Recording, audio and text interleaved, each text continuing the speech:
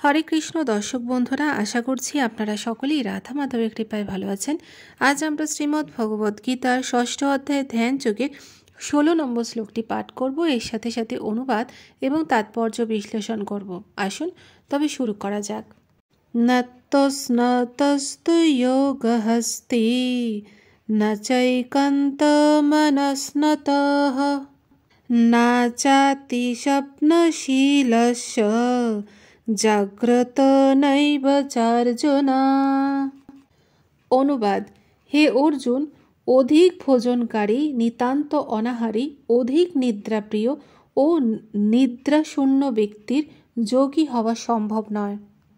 তাৎপর্য: এই শ্লোকে যোগীদের আহার ও নিদ্রা সংযত করার জন্য বিধান দেওয়া হয়েছে। অতিভোজীর অর্থ যারা প্রাণ ধারণার জন্য প্রয়োজনের তুলনায় অতিরিক্ত আহার করে। ভগবান যথেষ্ট পরিমাণে খাদ্যশস্য, শাকসবজি, ফলমূল এবং দুধ দিয়েছেন, সেই জন্য পশুভক্ষণ করার কোনো প্রয়োজনই মানুষের নেই। ভগবদ্গীতায় এই প্রকার সরল খাদ্যদ্রব্যকে সত্ত্বগুণময় বলে বর্ণনা করা হয়েছে।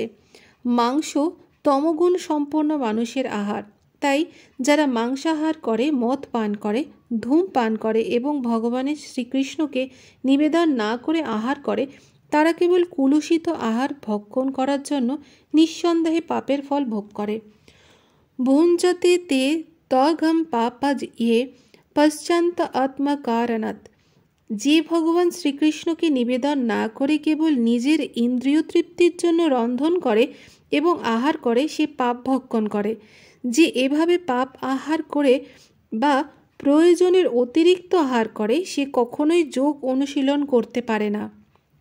ভগবান কৃষ্ণকে নিবেদন করে তার প্রসাদ গ্রহণ করাই সর্বশ্রেষ্ঠ পন্থা। কৃষ্ণ ভাবনাময় ভক্ত ভগবানকে উৎসর্গ না করে কখনোই কিছু গ্রহণ করেন না। তাই কৃষ্ণ ভাবনাময় ভক্তই কেবল যোগ সাধনা পূর্ণতা লাভ করতে পারেন।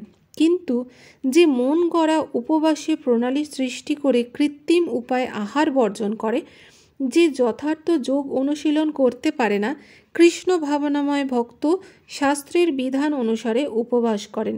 তিনি প্রয়োজনের অতিরিক্ত আহারও করেন না, আবার উপবাসও করেন না। তাই তিনি যোগ অভ্যাস করার জন্য যথার্থই উপযুক্ত। যে প্রয়োজনের অতিরিক্ত আহার করে, সে ঘুমন্ত অবস্থায় নানা রকম স্বপ্ন দেখে এবং তার ফলে সে প্রয়োজনের অতিরিক্ত ঘুমায়। 6 ঘন্টা বেশি ঘুমানো কারোর পক্ষেই উচিত নয়।